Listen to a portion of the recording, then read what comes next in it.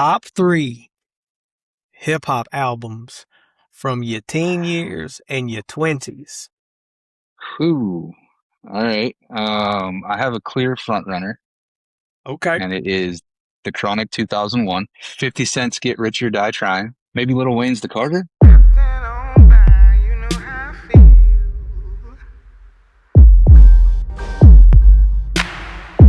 It's a new dawn, it's a new day. New dawn, it's a new day, new life for me. They say they want to see black. Tread deep. Ladies and gentlemen, we got Mr. Matt Homman ready to tread deep with us today, Matt. I'm checking your time frame there, man. That's like that first. I mean, that was coming into 2000, right? And that Yeah. first, what, four I think years you're of the aging me. I think you're 2000s? aging I'm me a little sorry. bit. I mean, Yeah, no, I'm kidding. I'm I'm slick kidding. with the questions. I knew Yeah, what I was yeah. doing. I like it. Uh, I like it. No. no, And man. I mean, that was in my time frame. So I'll just come out straight with it. And in 2002, I graduated from high school. 2006 from college. Okay. So for me, there was just so many in there. I'm like, do I throw any of the Jay-Z albums in there? Do I throw any of the DMX albums in there? Right? Like Yeah. that for me was one of just because of my, kind of, my age frame, my time frame when I was listening to music. That was like my golden era Yeah. of hip hop. And so yeah, it's tough because there's a lot that stands out in there, but I think the Chronic 2001 sticks like right off the bat, right? Like that was to me just the reintroduction of Dre back into the market and everything that went along there it was just something else. So That reintroduction, and we want to be careful with our words about Mr. Dr. Dre, right? And however we do. his career, Hey, hey, he you was in the know, lab. He was in the there you studio, go. There you go. That's right? right. That's I didn't right. say he stopped working. He didn't stop working. Then came the Marshall Mathers LP. And I'm like I literally I literally got caught in a flood in West Nashville. Because back in the day, we had to go buy CDs. Yeah, we had to buy CDs, right? Right? And yeah, man, I went to go cop that album, that CD, and yeah, man, a torrential rainfall right in the Vanderbilt area, and they near got stuck and stranded. But yeah, man, the roots were coming to the forefront. Yeah, that Yeah. 2001 Chronic 2001. It was, and just hearing just this orchestra of West Coast, you know, head knockers. Right? Yeah, You yeah, had man. That was Exhibit, it. Snoop was on something new. It was just Yeah. yeah, man. No, that was I know good call. I know we chatted recently about the new Snoop album, new Snoop and Dre album a little Buddy. bit. And Yes. man, like I feel like that's like I don't know how to say it. It's when I listen to the album, I'm like, oh, I'm back. Like I'm back. That's not the new stuff, right? I was Yes. like, Dre didn't miss a beat on all of that, and it's awesome to hear and know that like what they're still doing, right? Yeah, man. Did you just say Dre didn't miss a beat? There was no pun intended, but it was there. I No, I man. did. I didn't even catch it, to be honest with You you. just can't help it. You know what I'm Yeah, saying? right, No, man. right, No, that's dope. Yeah, I had to ask you that question because of that conversation we had. right, right. Because I bet a bunch of people don't know this side of Matt, but they know now. Maybe. So, Yeah, yeah, well, look, man, let's transition into kind of the focus of your day job, man, as a talent acquisition expert of a tech yeah. forward engineering company, right? And I'm Mhm. probably butchering Nah, the yeah, expansiveness of Optimus Technologies, but you're responsible for recruiting a wide range of expertise from entry yeah. level technicians, on up to high performing executives. In Yeah. this new era of workforce volatility and polarization, right? Social, political, Yeah. other things, Yeah. right? What are the standout qualities that identify someone as a top candidate for you guys? Yeah. Yeah. So there's some layers to that question, right? And I'm going to preface something that I tell a lot of people, even on my phone interviews, my first calls, all that kind of stuff is, I'm a recruiting and HR professional, right?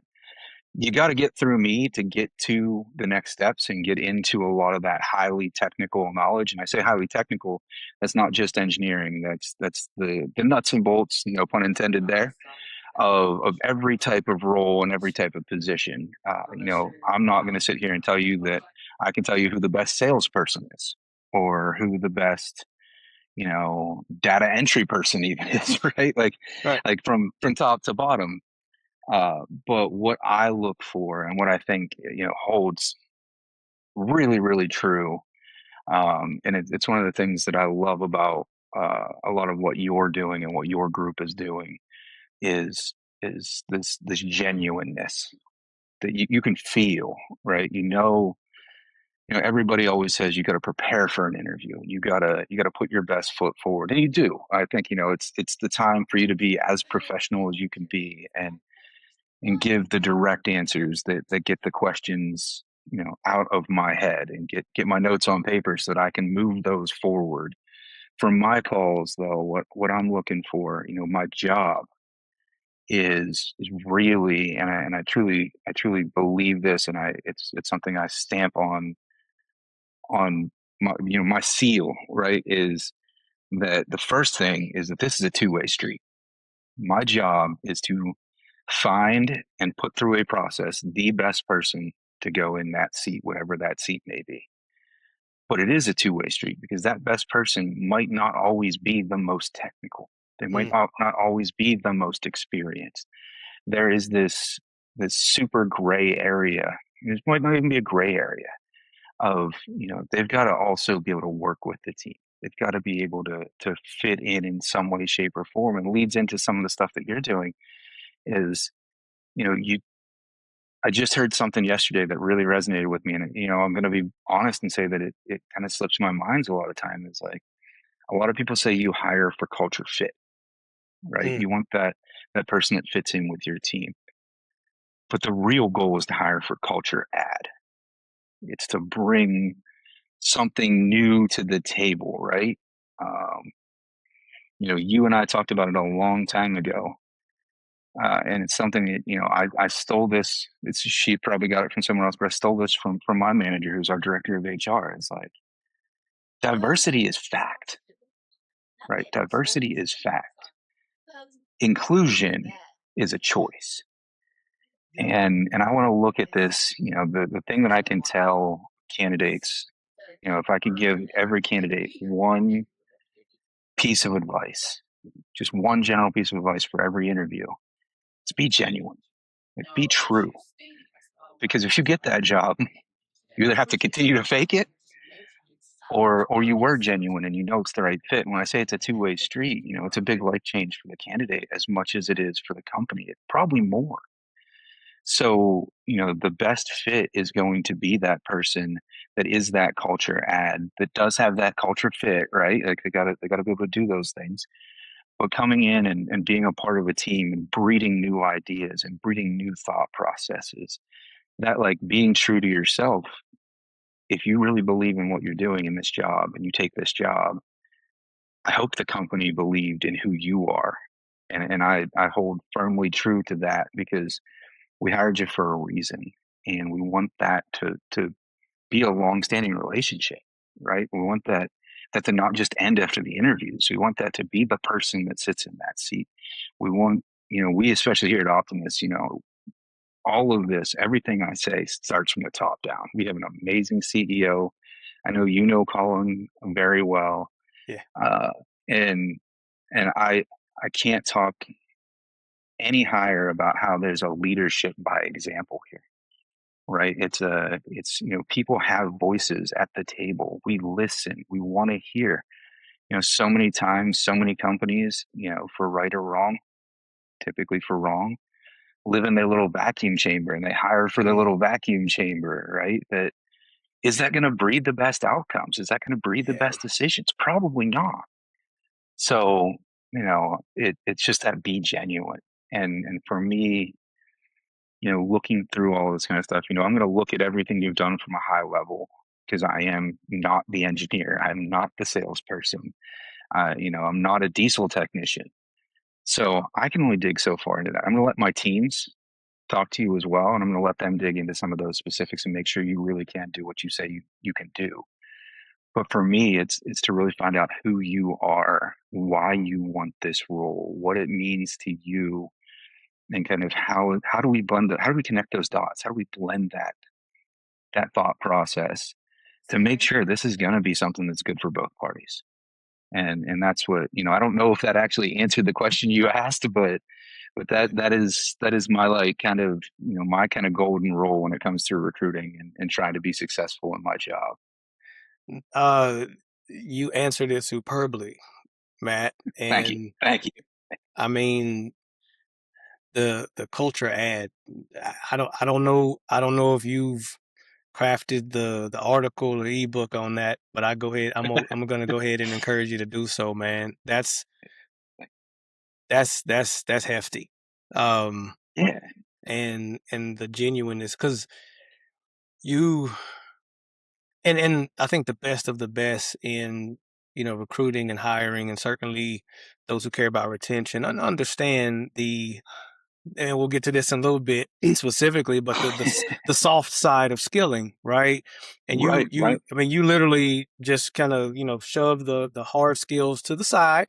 Clearly, they're needed. You can't you Right. can't take a diesel Right. mechanic job and come on now. You aren't having me turn wrenches on these things. Let's put it that way. There you Let's go, right? But keep me but away. no, yeah, no, that's phenomenal, man. I love that.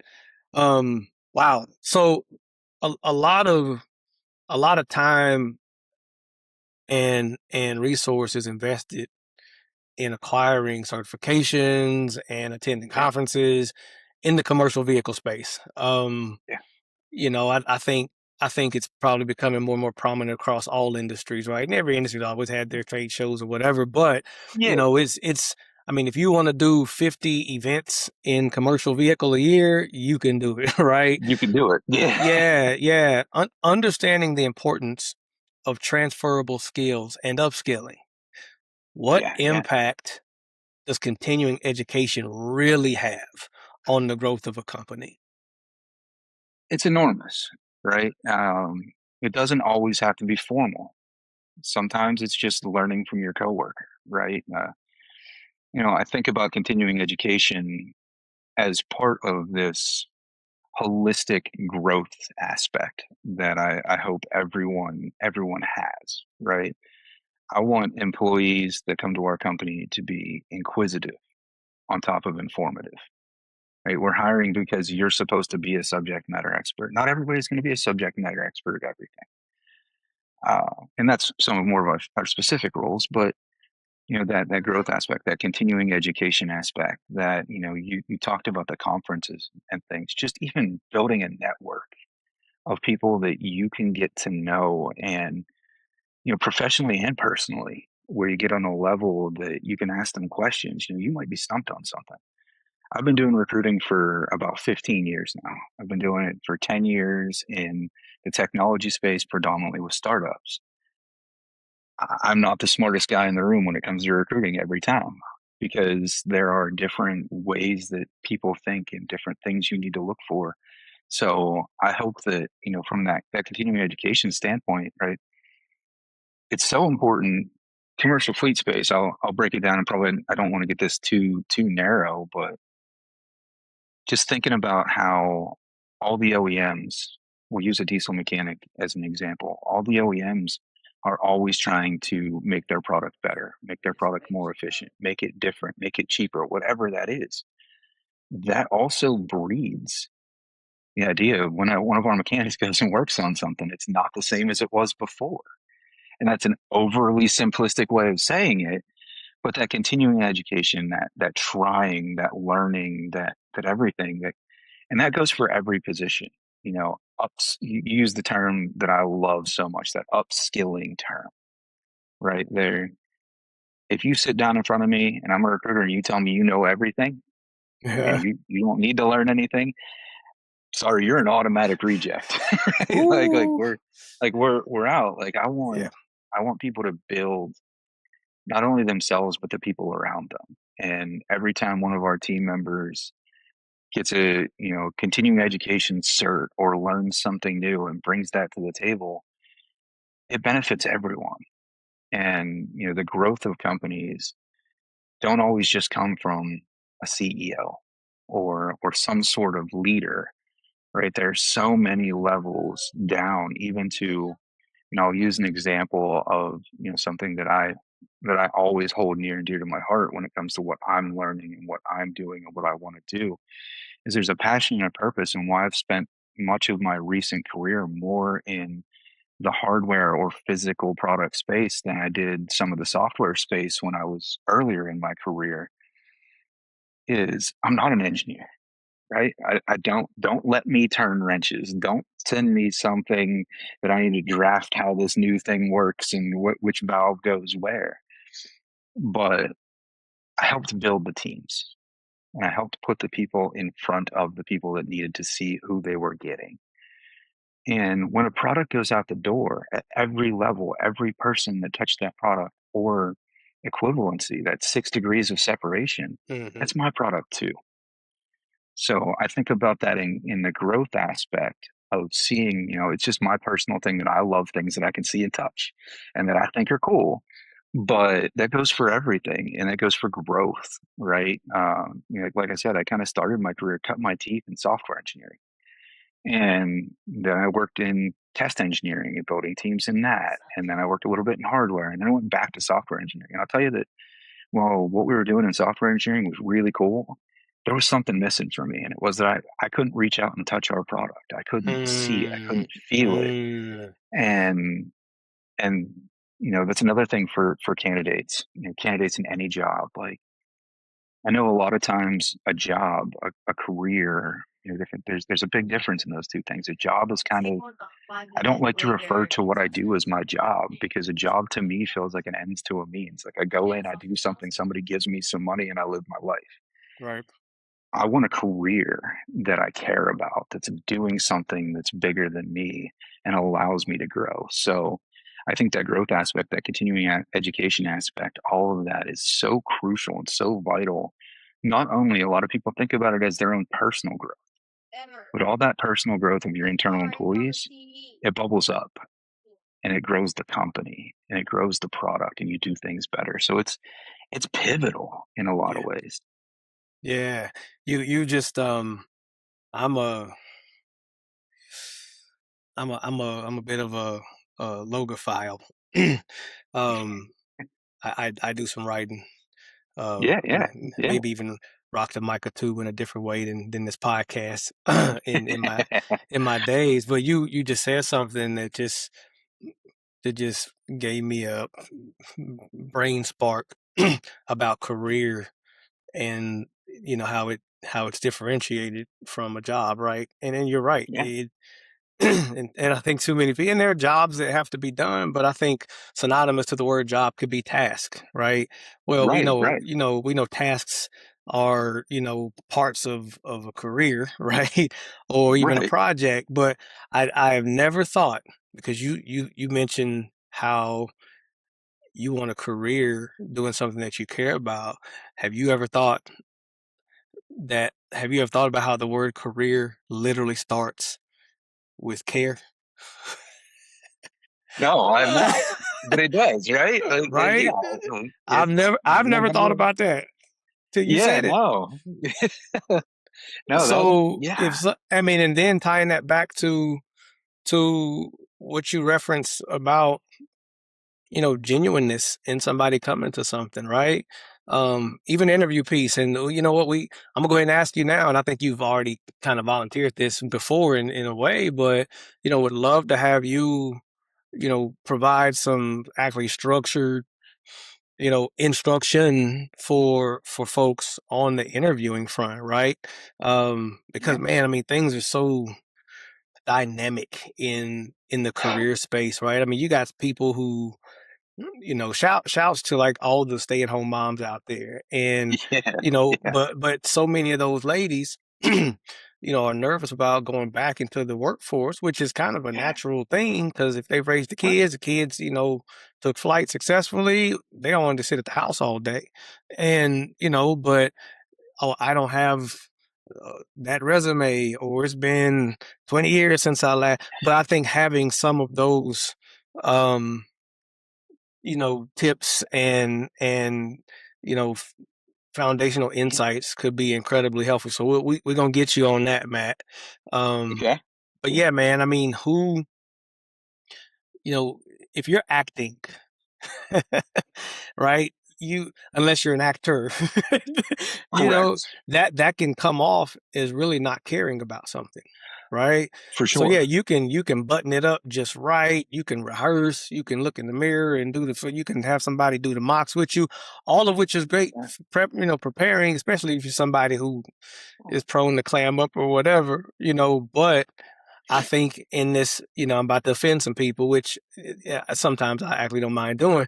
But in this age of artificial intelligence, Yeah. um, I literally was thinking this morning about how interesting it is that just a couple years ago, everybody was screaming about genuineness and authenticity, Uh-huh. and Yeah. now Right. everybody's geeking out over the artificial. Hmm.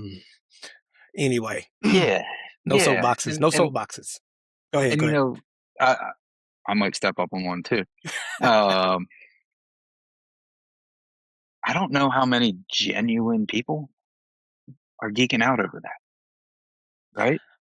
I Uh-oh. don't want to get too deep down a rabbit hole. Like there is a geek out, like you can love the technology. Like I Right. think Right. my soapbox about AI is varied in a lot of different facets.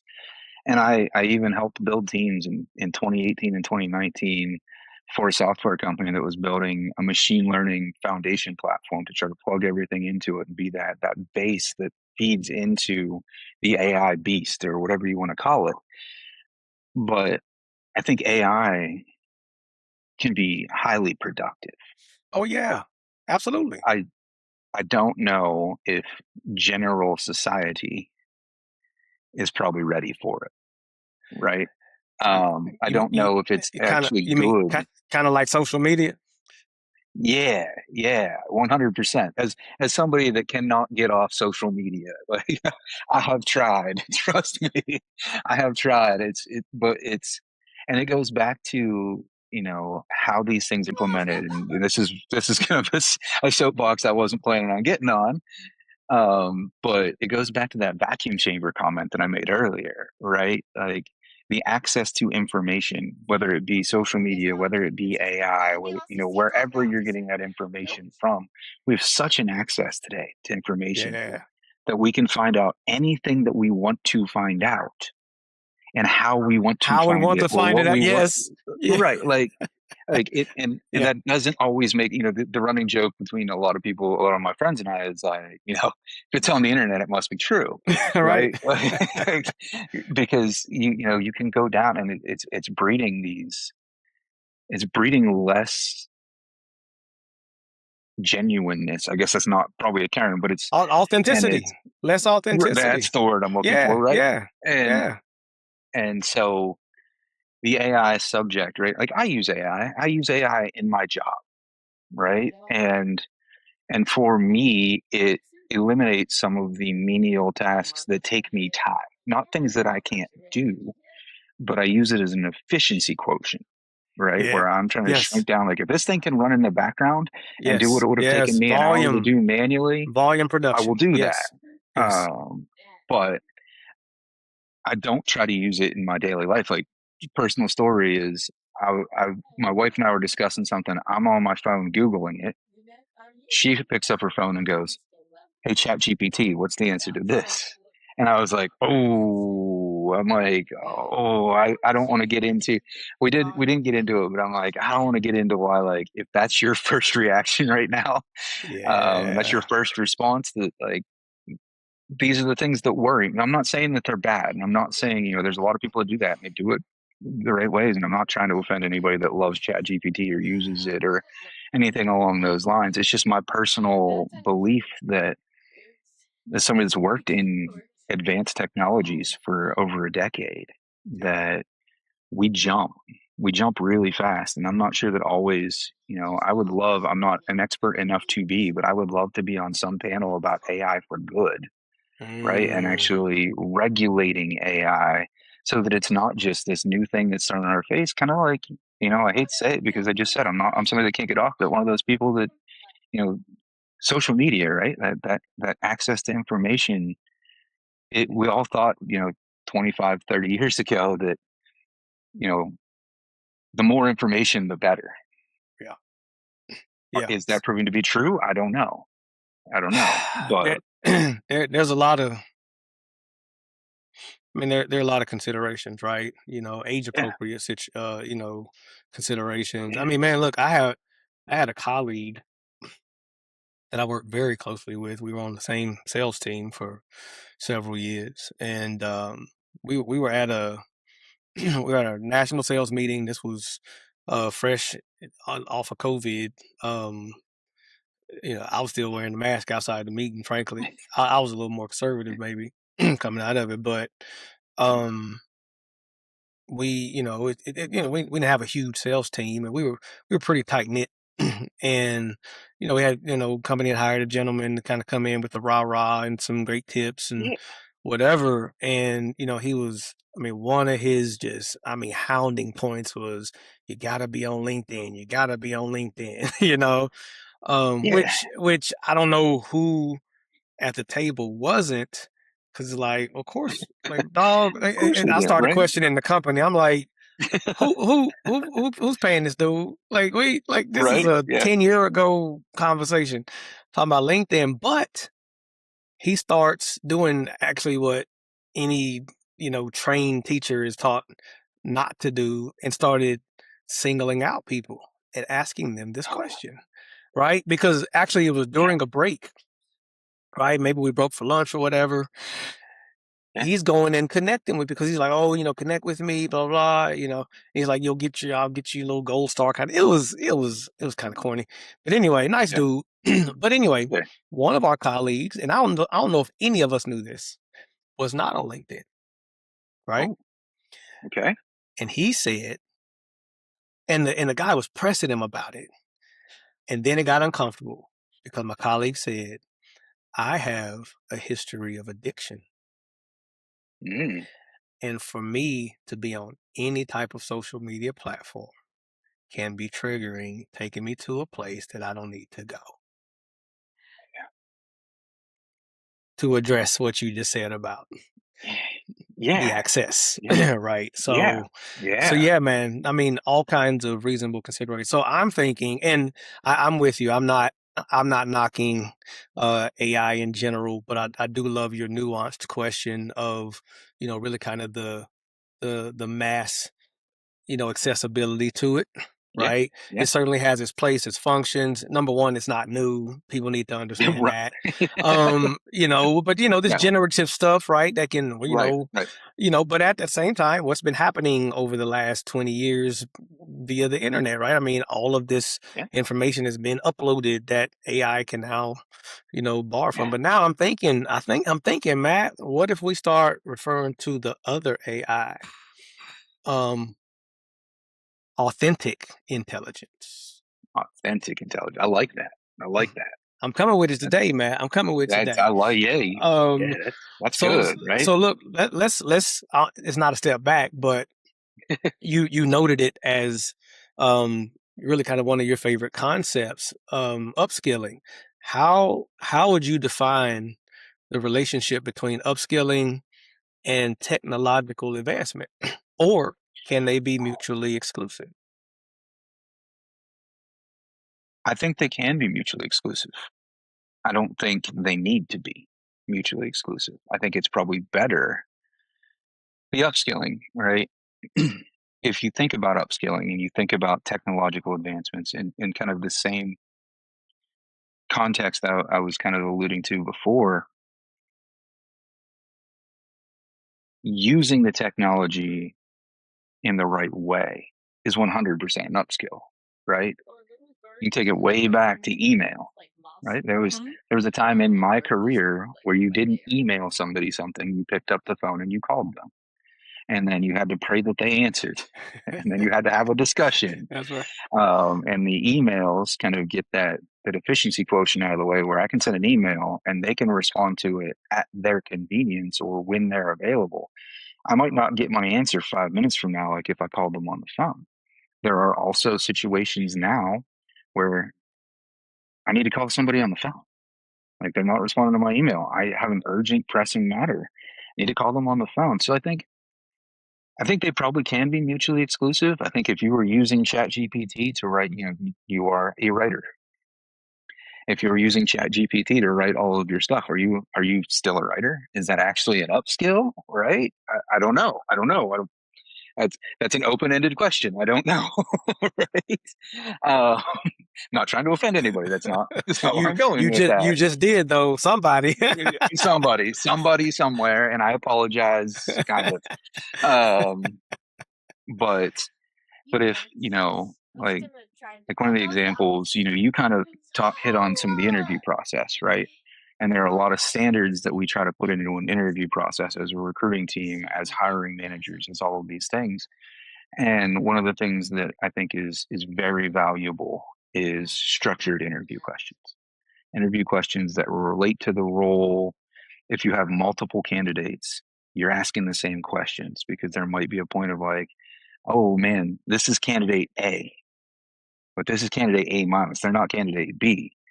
So then you take some of those structured interview questions and how they answer them, and you look and you can prioritize which one of those structured interview questions is more important to this role, or what do we care about more, and then vet them again through that. But do you know how long it takes to come up with or find structured interview questions for every position when you don't work in that position? Yeah. It takes a long time. So I come up with skill sets and attributes, or the team comes up with skill sets and attributes, I should say. And I plug them into ChatGPT and I say, things like interview questions for a district sales manager related to this attribute. It'll populate like 15 of them. I'll read through them. I'll find 3 or 4 that I think are really good. And I'll plug those into the interviews and make sure that my interviewers ask every candidate those questions. They can ask a bunch of other questions and other things they want to know. But at the end of the day, if we really have to come down and make some hard decisions, we can go back and look at that structure process. So, that's not necessarily an upskill. I can write those questions. It's going to take me a really long time to do so. I'm Yeah. going to have to ask a lot of people a lot of things or do a lot of research.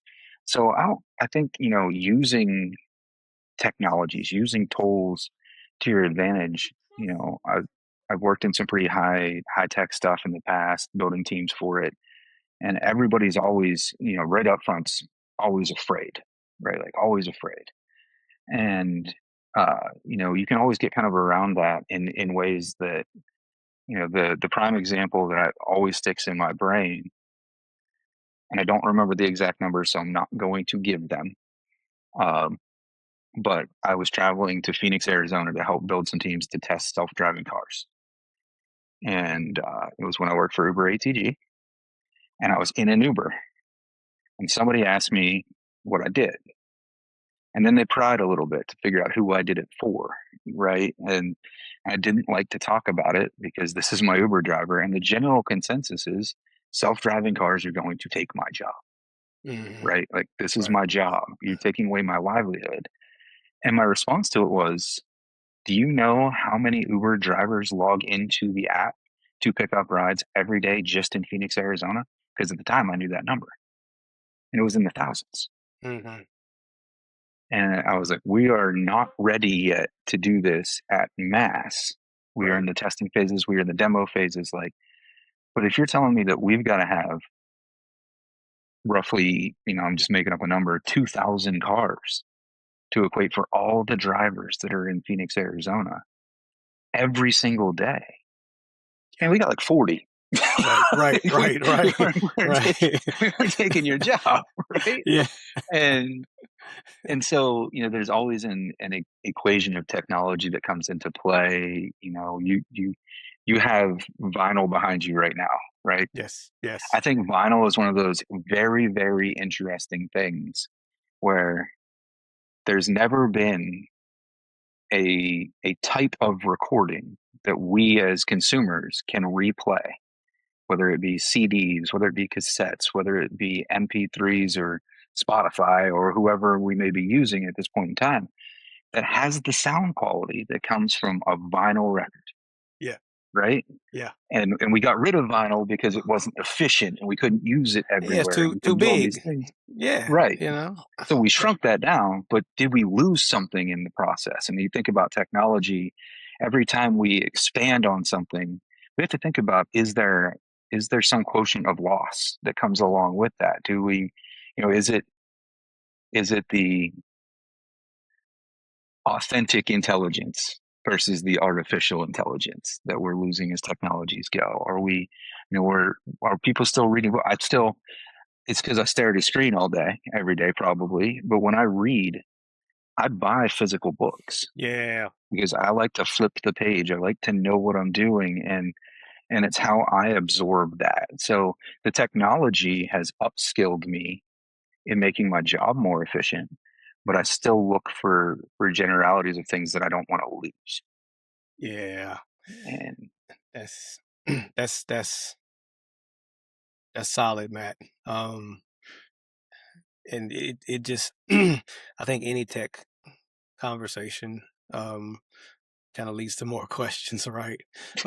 sure, But sure, and I ask in part because I think a conversation like this can be, and I hope it is, very informative to current professionals, rising professionals, yeah, um, and there's so many software players, for instance, in the fleet management 100%, space yeah, who, a lot of their leading messages, get off of paper kind of thing, right? and right, and I don't know if anybody would argue that, but um again, what are all the considerations? right, Who are you dealing with? right, How are people abled? I mean, there's a right, lot yeah, there, but but the general consensus that I think both you and I can agree on is people need to continue to grow in their skill sets. And 100%. there's technology that, number one, you need to be familiar with, right? And depending on what your job is, you need to be proficient at it.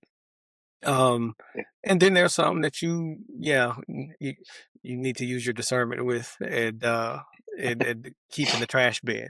Um, Yeah, Matt, I don't know if you realize this, and if this is news to you, I invite you to retain your composure. okay, You're a white dude yeah, yeah, in an shocking, industry. right? In it, I know if you knew, man.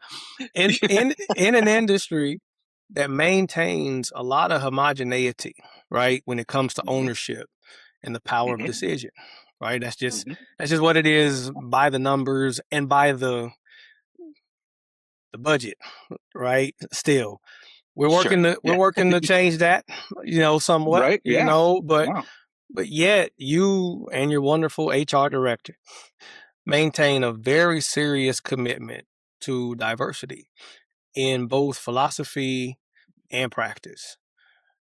What in your personal and professional life has forged that mentality within you? um, I don't want to give you the too simple answer, but I grew up in a very small town, in a very rural area, in a very blue collar family. And I was given the opportunity from a lot of people, predominantly my parents. I was pushed to do more and to work hard. You take away, something that I loved about your Ascension Leadership Conference last year, and I'm sad that I was not a part of it. Was the idea of introspection and really digging deep into the fact that everyone It doesn't matter if I had a twin sitting right next to me. We're different. Yeah. Right. And not everybody gets all of the opportunities that I was given. And I'd like to believe and hope that this is true about myself, is that when an opportunity has been given to me in most facets, especially in my adult life as I've matured, um, opportunities aren't given to everybody. So I've never wanted to waste one. Mm. And I understand the dynamics. You and I, the first time we ever talked about my philosophy on diversity and inclusion, being that we can write all the reports in the world and we can put the data out there that says we're X number diverse, we're this, we're that. Those are great. We want to do that. We want to see it because we want to make sure we're doing the right thing. But I firmly believe that different backgrounds breed different thought processes, different opportunities breed different decision making.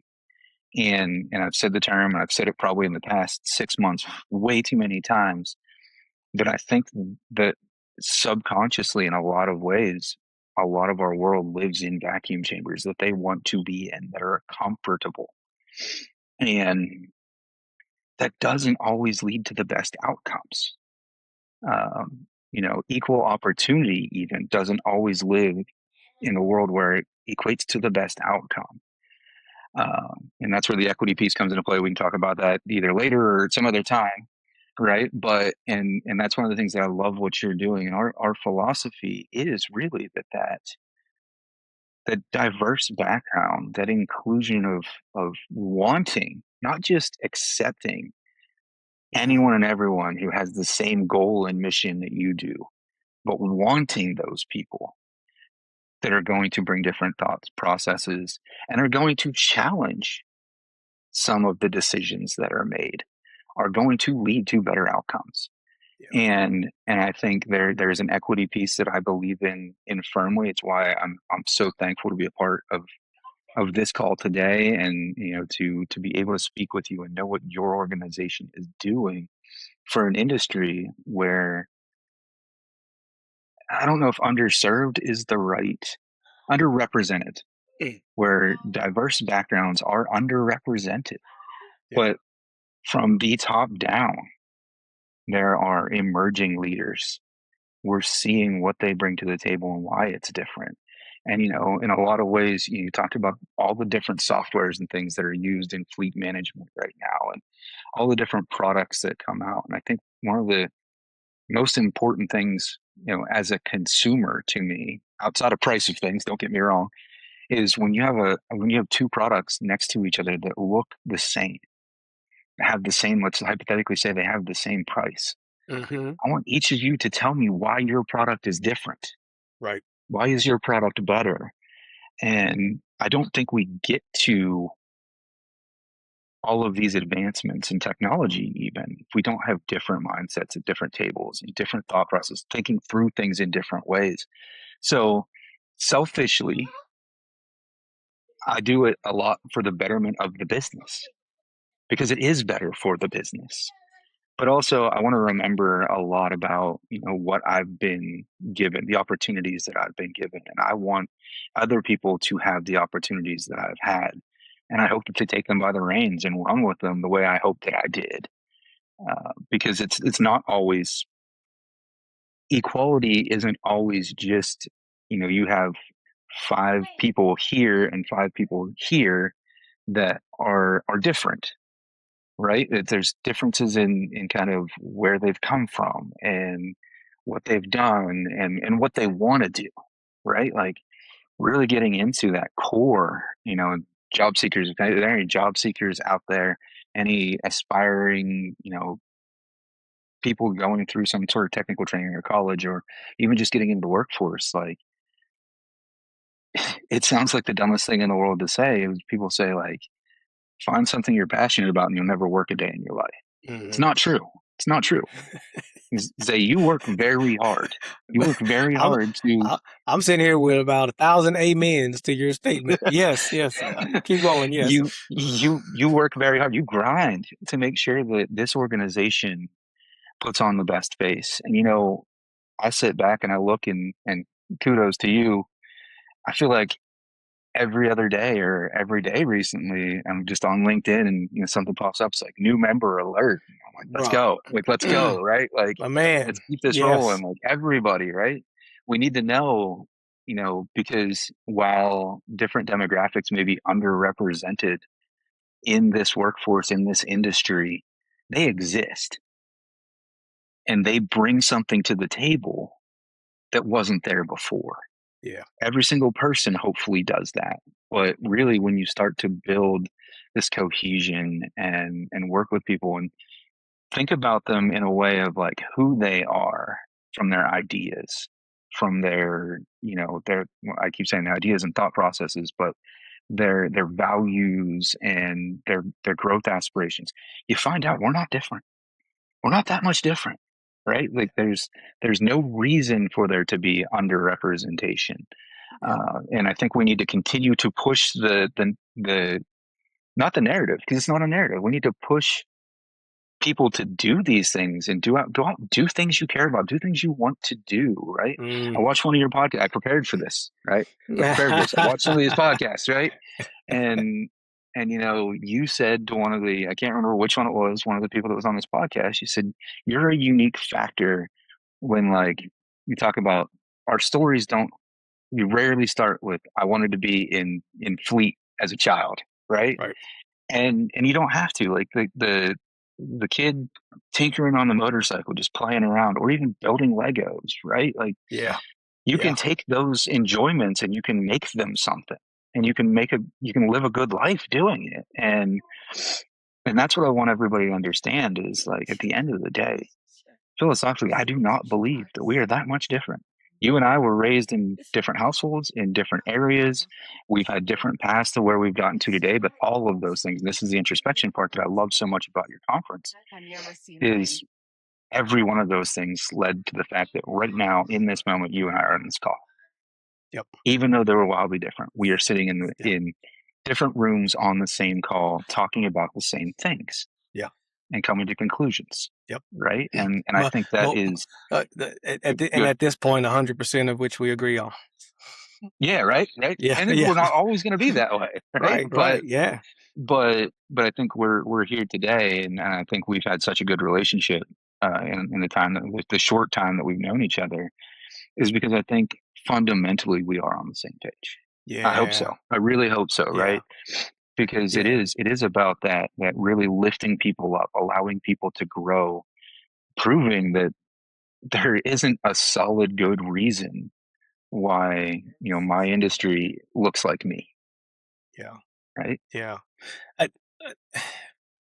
you know, this concept of FOMO, right? Fear of missing out, has, I think it's pretty commonplace now, and it's clearly at the end of the day a sales tactic. And I think, I've spent the better part of the last decade just hyper focused on all things marketing, right? To the extent that I started my own, business development and marketing company. And it's like, when I stepped back. I'll never forget when I was interviewing at Bobbitt Business Media, and I was actually interviewing. I completed the interview with Sherb Brown, who was the hiring manager. He was VP at the time. But then he sent me down the hall to talk to Ty Bobbitt, right? So I'm like, oh, okay. All right, here we I'm go. about to go sit in this room with the son of the namesake, but the namesake of this company. Oh, what is this? And it was a great. I don't even know if I was in there for 7 minutes, but he asked me 2 questions, and the first one was, "What do I know about marketing?" My genuineness came out because I wasn't prepared for that question, but I've definitely thought about it many, many times over the years. And as Americans, we are marketing. We are marketing. You get what I'm saying? Like, oh yeah. To our Chinese brethren, they are production. Yeah. very Yeah, much I'm so, just, right? look, I will take Mhm. whatever comments, Right. arrows, shots. That's fine. Hey, But, look at the data. there you go. It's that simple, right? But, and Look at not the to say we data. don't produce, right? Right, But right. over the last 30, 40 years, we kind of, yeah, somebody else can have the production. Mexico can have the production, you know what I mean? Yep. Whatever. But we are marketing, man. I mean, you look at, I lived in Southern California for several years where I met my beautiful bride and we got married in LA. And you know, what people don't know about Hollywood, right? Number one, don't assume nothing. Just take a trip and visit if you really want to know what Hollywood is. And it ain't all the shiny stuff that you see on the screen. It's actually the vast majority of it is not, It's right? not. But then you start when you live in it and next to it, and I mean, it's just part of living in LA. Unless you are just not gonna leave the house, I mean, It's just, it's ubiquitous, right? yeah, But it's it's not very, just ubiquitous there; it's everywhere. You know what mhm. I'm saying? Like Yeah, that is American culture, and you look at everything from the fact that there's a job called an influencer now, right?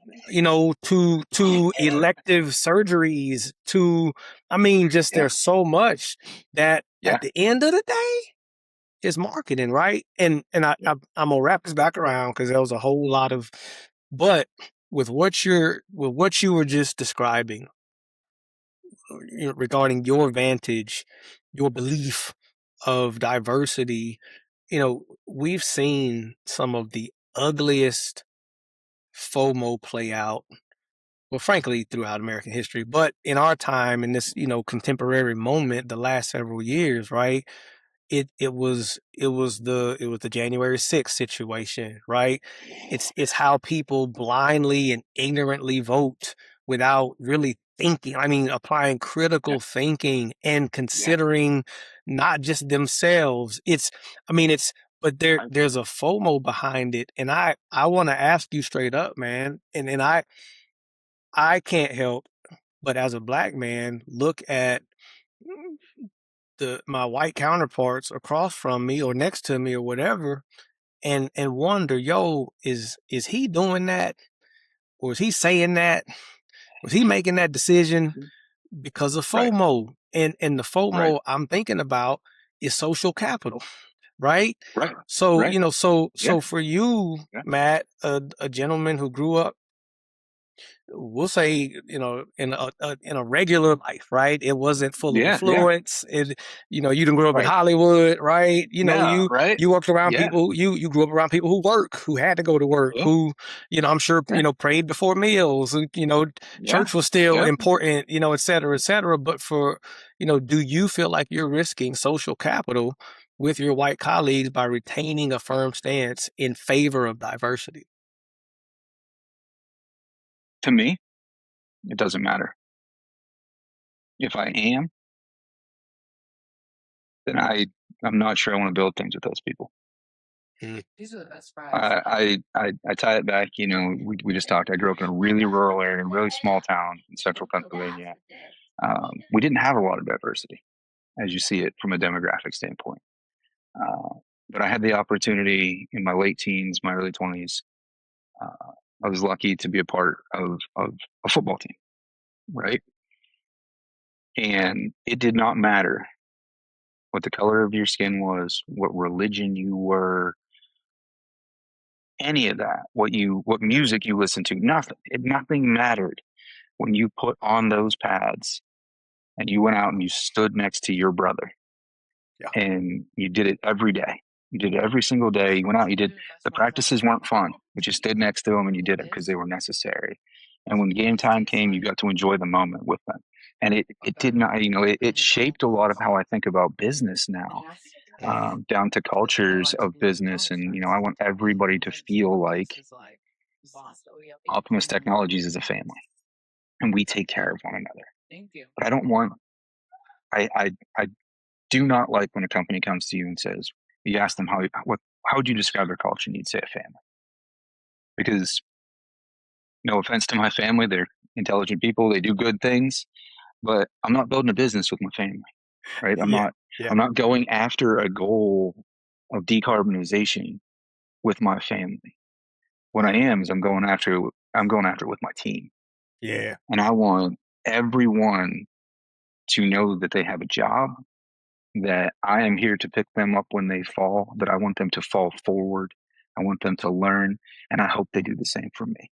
Yeah. And that is regardless of where you came from, what you did in the past. Like it doesn't matter. It hit me so hard when I was on that football team. The first time I'd ever played football team with a black person. My high school didn't have them, right? Like my Oh high school wow. didn't. Oh wow. We didn't have. We had three or four in the entire high school, and they didn't play football. And Yeah. like Yeah. Yeah. and so I'd never stepped foot on a field outside of some camps and some different things that it wasn't. I didn't have a connection with them at that point in time, and it really resonated with me. Like we had Muslim football team members Mm, that would pray differently or do things differently before a game, and we had guys that would sit in the corner with their headphones on, wouldn't talk to anybody, and but at the end of the day, when we walked out of that locker room, we walked towards the field, none of it mattered. yeah, And I man. think like that's what I want for everyone. I want people to forget, especially in business.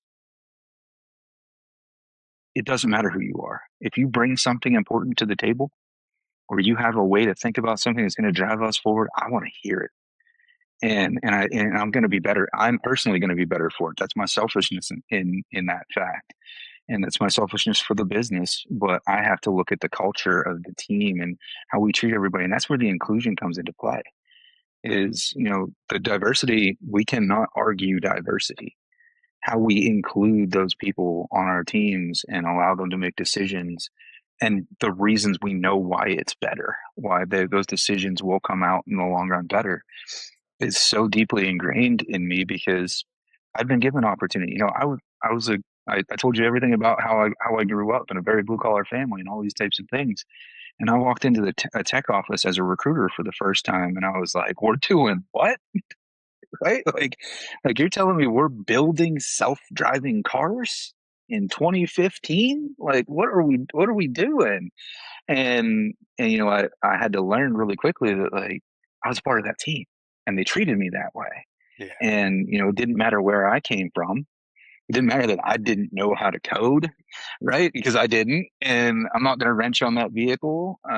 But I had a skill that came to the table, and it didn't Yep. matter where I came from. It was what I was willing to do, how I was willing to grow, and how I was willing to try to benefit the team.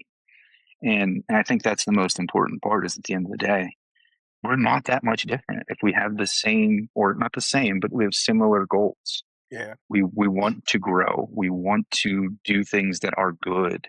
And that's one of the things that I love about, Amy, my manager's thought process on it, and Colin's thought process on it, and kind of everybody. As I build the teams, I think about that a lot. Like, how are they going to come in and think about their coworkers, right? And I need people to understand that we have a common goal. We want to reduce carbon emissions in a reliable, cost effective, efficient way for the fleet industry because we know there is an issue. And we know it's not, we're not the shiny object that has been EVs for the past 5, 8, 10 years, whatever it may be. That doesn't mean that we're not doing something great. We're not doing something good. We're not doing something better. Down to your point of marketing is like what's been put in front of people.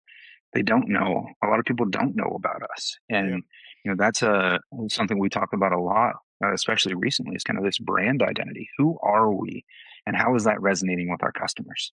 Right. What does that mean for the business? Because we talk about environmental sustainability here at Optimus Technologies every single day. We talk about it all the time. I just threw my hands around hard enough that I hit my coffee cup if you watch, right? Every single day. But we also have to think about comprehensive sustainability and business sustainability and Come on. stakeholder Come on. profitability, Yes. right? Like if we don't exist as a business, our goals of decarbonization no longer exist. Yep.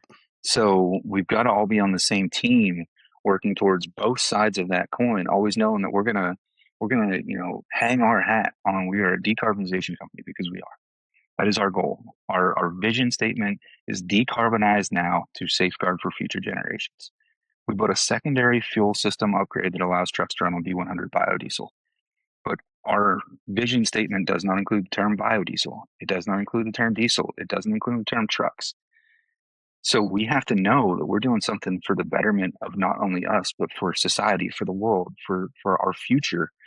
And then we have to come together as a team, and we really have to push real heavy on how we get that done. Yeah. I'm going to get down off my soapbox. That's my No, passion statement, right? Like that's my no, like why I man. do what I do, right? I'm glad I asked. Yeah. And look, your company, Optimus Technologies, shouts out. Thank you. um, you all require a full spectrum of skills to deliver Yeah. the products and services that Hmm. drive toward a satisfied customer, right? Hmm. And growing revenue, right? Hmm. It's a business, so we're not gonna, It's a business. act Yeah. like we don't want to Yeah. make money here, Yeah. right? Yeah. Right. Speaking of goals, right? Yeah. Here's kind of a future ready statement or a question, frankly, for the college and trade school students Hmm. right now Hmm. who aspire to be part of progressive companies in the transportation and mobility industries. What should they be concerning themselves with learning that their higher ed institutions may not be teaching? Ooh, that's a deep one, right? um, I was lucky enough. Excuse me 1 second. Voice is Oh no, cracking. you're good. Take time. I was lucky enough. Something that sticks with me to this day. I have a business management degree, a bachelor's degree, business management. And in one of my first classes, they said, if you're going to ever start a business, you better care about it. Right. So I think you can take all the classes in the world. They're going to teach you technical skills and are going to talk to you about the potential future. I want people to not forget the soft skills.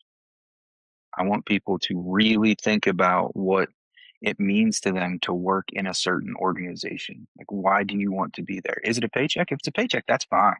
Don't get me wrong. I've worked for paychecks before, Well, yeah. but it's a lot easier to work for a paycheck when you care about what you're doing. And you need to really know that you care about the people around you. You care about your customers or businesses. It doesn't matter what you do. You have to have customers. You're not sustainable. There's no way, shape, or form in it.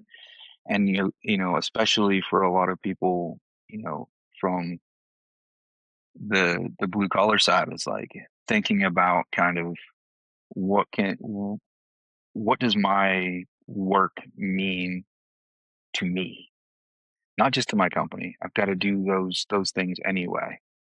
But finding, you know, the big soft skill that I'm really digging into is like finding that why. Mm, That why is why you get up in the mm, morning. mm-hmm. Right? So you can take all the class in the world if you care about those things, and school becomes easier when you care about what you're doing, or when you're chasing something. Think about the same thing for business. Think about the same thing for your next job. Is is it doing something cool? Is it doing something meaningful? Like what gets you up in the morning? And then really digging into that and holding on to it so tight, right? Um, Using a quick example on that soft skill that I lost. I'm going to be bluntly honest. I lost it at one point in time, and it was before I came to Optimus Technologies. I've worked in startups for the past decade, and I've come in very early in a lot of startups, and kind of watched the teams grow, watched the products build, and I always thought that my passion, and it still is a passion of mine, but that my main passion was that I wanted to go in and I wanted to see companies from the ground up build teams that succeeded and became profitable. And I wanted to position myself as the trucker cap t-shirt businessman, right? Like whatever it was, right? But I came here and I started listening to everyone's motivations in my interviews, right? My interviews with these people, why are you here? How do you feel about the environment? Where do you think we're going? What do you do? Right? And I started to realize I'm an environmentalist at heart. I always have Mm, been, mm, but I let it slide. I let it slide down there, and I took it for granted in a lot of ways. And I'd never used it as a motivator. I never really, I always thought, I mean, we need to build a product that people need to. get from A to C without B, right? Like Right. something, Yeah. some sort of confidence there. And when I interviewed with everybody, I was like, man, I was like, I'm looking back. I take at least one trip out to the Rocky Mountains every year out west somewhere and go snowboarding. And in the 10, 15 years that I've been doing it, I've seen things change. Like Yeah. I've seen weather Yeah. patterns change just that quickly. And I'm like, man, like if they keep doing it, 10, 15 years from now, I might not be able to do that thing that I really, really care about that I worked on to do. Yeah, man. And so from a soft skill standpoint, I think the biggest thing is like looking inside. It's something that is hard to teach, and a classroom will not teach you how to look inside. The one thing classrooms hopefully are teaching that I think is really important: network. Talk to anyone and everyone who is willing to talk to you. If you have some sort of extenuating circumstance that you can't have LinkedIn or social media, I understand that. If you do not, have it updated. Make sure it's out there. I'm scanning it every single day for new hires. I'm looking for people on LinkedIn. I'm like here we go. I need the passive people, right? I'm getting applications. Those are great, but I'm also looking for that. And then on top of that, even more importantly, I'm talking to my colleagues. Like I'm wanting to know if they know anybody because, they worked with somebody, they trust somebody, or if I have somebody I think somebody knows, like, would you work with them again? Would you manage them? Would you, where do we stand on that? Because, there's a bunch of different data sets and they vary. It's anywhere from like 85% down to 24% of say Mhm. that, you know, job seekers or employers said that they found their next job or their next employee through their network. And that number varies widely, but even 24%, that low end, one in every four people out in Yeah. the job force Yeah. got a job through their network. That's enormous. And it doesn't have to be the people you went to school with. It doesn't have to be former coworkers. It's getting involved with things like Black Fleet Network. Getting okay, a year ago you and I didn't know who each That's other right. was, That's right? right. That's right. And we're sitting here today because we found a common ground and we want to work together to do good things. And that's going to be a driving force. So I think even, from, oversimplifying as a recruiter, in the levels of me saying I'm not a subject matter expert in every role that I hire for, I know as much as I possibly can. I'm still the first call typically. I'm Mhm. still the soft skills guy, right? Like, Yeah. Yeah. and I think, you got to get through step one to get to step two. And one other piece of advice that I would tell any job seeker anywhere: take every interview somebody gives you. The Mhm. worst thing that it could be is practice. Fail forward. Learn from things. Continue to grow. And those are the things that I think, we don't always learn in a trade school or in college. Or talk to everyone, man. Even if you're an introvert, like break out of your shell a little bit. Like just just try, just work on it, right? Like there's nothing wrong with being an introvert. There's a lot of great people out there doing great things that are, but getting to know people, going to networking events, doing all these things. The conference you talk about, you can do 50 conferences in the commercial fleet space a year if you wanted to. Like, I'm not I'm not gonna lie, you've been doing a couple conferences here and all of a sudden I'm seeing new members popping up, right? Is there a correlation there? I don't know, right? Yes, Like I there don't, is. right? Like I don't, Absolutely. but I Yeah, assume, right? absolutely. Yeah, man. Right? Like that's like how do we get support? How do you learn new things? It's not just in a textbook, it's not just on a computer, it's learning from Yeah. people Yeah. and really taking that real world knowledge. It's not in a Yeah. textbook. That's right, man. Thank you for clarifying that. I knew that, but Yeah. I but no, assume you knew man. that. I think it's really critical, and it is not to dig on or dig in to our institutions of higher learning. I mean that No, I no. I imagine the vast majority of them are doing the best they can. Especially Yeah. with waning resources and having to Yeah. constantly fundraise, et cetera, et cetera. But I think I was having a conversation with someone yesterday about just other parts of the world and how almost kind of back to America being marketing, right? Yeah. It's like Yeah. we believe things about ourselves in this country that aren't necessarily true, especially Right. when it comes to Yeah. advancement. But then there are Yeah. other countries who are way ahead of us, Hmm. And Hmm. we think we're the bee's knees in the honey pot, and Right. so Right. but I think it's really important for those of us who care and who are in industry, period, right, to Right. however we can communicate clearly to both the institutions of higher ed as well as these young people. um no, it can't just be what you're doing in the classroom. It can't just Right. be the academic, just like it can't just be the hard skill. um Right. you can't Right. be a great welder and be a jerk and not know how to communicate and expect to get the best welding job. Right. That's Yeah. just doesn't work. So no, thank you for clarifying that. Well, look, Matt, let's round this thing out, man. All right. All right. Optimus Technologies has been a really wonderful supporter of Black Fleet Network since nearly our inception. Tell us, what does Black Fleet Network mean to you? Progress. Progress in a way of everything we've talked about today. Right. You are a champion for so many reasons that, man, like, I don't know how to wrap it into words. Like, it's just it's so cool what you do, how your post today about the hard stuff this morning, maybe last night, whenever I saw it this morning, your post about the hard stuff, right? Like, those are the barriers we need to break. When somebody doesn't want to talk to or come to the Black Fleet Network booth because they look like me, it's like one 100% shout out to you. From the first time that we spoke, you saw me for who I was, not what I look like. And I want that to resonate. I want to build opportunities.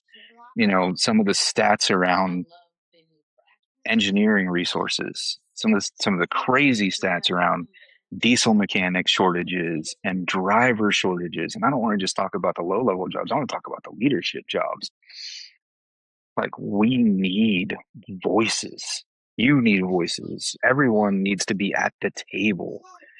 Voices that guide us in the right direction. And the way you're hustling and you're out there, you're talking about it. It's not too late to continue those conversations. It's not too late to start those conversations. Right? People like yourself have been working through this for years. And what it means to me, our partnership, our presence, I man, like, it fulfills a part of me that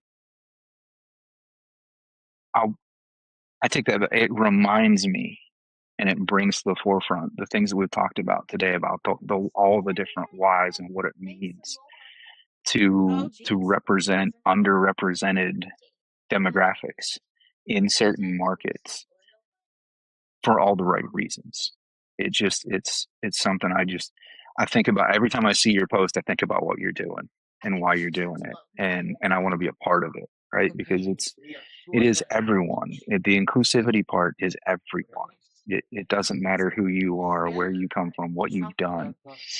We all have goals, and the I love that you've taken an industry that it is very hard for me to hire diverse candidates into. I just don't have as many applicants. That does not mean the applicants that I don't get aren't equally qualified or more qualified than most of them that I do. I struggle to find them. I want them. And being a part of that's getting this out there, knowing that we're doing it for the right reasons is so crucial to the success of Optimus and the fleet industry as a whole. You know, we're looking at, you know, we're down roughly 24,000 drivers right now, losing the industry like $95 million a week. And I want people to not, I don't want to just focus in on the drivers, because I want leadership there too. I want all of these things to come to the table to make the decisions, but allowing people to have a voice, allowing people to be a part of something that they may not think that they are fit for, or that maybe they're not qualified for. Try it. Try it, man. Like, it's, you don't know what you don't know, and I don't know what I don't know about you. So, like, come at me, like, bring me the reasons why you should be a part of this company, why you should be a part of this industry. And I want to hear them. I want to learn. I want to grow with you. And, and I think that's something you do very well. You're not just growing the network. You're not just growing the business. You are helping to grow the people. And in turn, you understand that you're growing with them. And I think that's one of the most important things about life is being a part of something bigger than yourself and growing through it, for through the hard times and the good, right? And that's why I think I posted on your post this morning. Like, I love Yeah. that you're talking about. You're not just talking. Yeah, we got a lot of great things going on. You do. You've got all these new members. You've got shows coming up, things like that. But you talk about the hard stuff, right? And you talk about why we don't need that hard stuff. Why we shouldn't have that hard stuff. Come at us. Like, Yeah. let's talk. I'm gonna we'll find out what we can find out, and go from there. So I think that's why it's so integral to us here at Optimus to be a part of this. And I love this relationship that we have. I want to continue to see it grow. It's just it's something that's much like Optimus's mission of decarbonization. It's something that's much larger than you or I. And giving back and working towards betterment is so important today, especially when so many people live in vacuum chambers, and they find out what they want to find out, and they hear what they want to hear. Being the voice of just, like, get out of that vacuum chamber, learn something new, right? Like, come be a part of it. It's critical to not only the growth of the industry, the growth of the country, the growth of the world, right? Like, it's so much bigger than us. And I think that's just something that I can't. When you ask me to do things, or you ask me to talk, I get so excited, right? Like, even if it's just a phone call with you, I get so excited because I'm like, what are we going to get into today? Like, this is going to be good, right? And so I want to thank you for everything you do. Matt, thank you, man. Thank you, brother, for who you are, for what you do, for not dividing the two, between who you are and what you do. Again, props to Optimus Technologies, the team over there. Love what you all are doing from a sustainability standpoint. Um, all the way around, as you referenced a little while ago, right? There's the environmental side, but there's the people side, right? There's the economic side. There's so much when we talk about sustainability. And Matt, I think we tread deep today, man. And so I I think we did. appreciate you. I appreciate you joining us, man. Thank you. Yeah, no, thank you for the opportunity. It's an honor knowing that what you're doing, and to be able to be a part of it. It's all I can say. It's another opportunity I don't want to waste. I want to be a part of something bigger than myself. So thank you for letting me be here.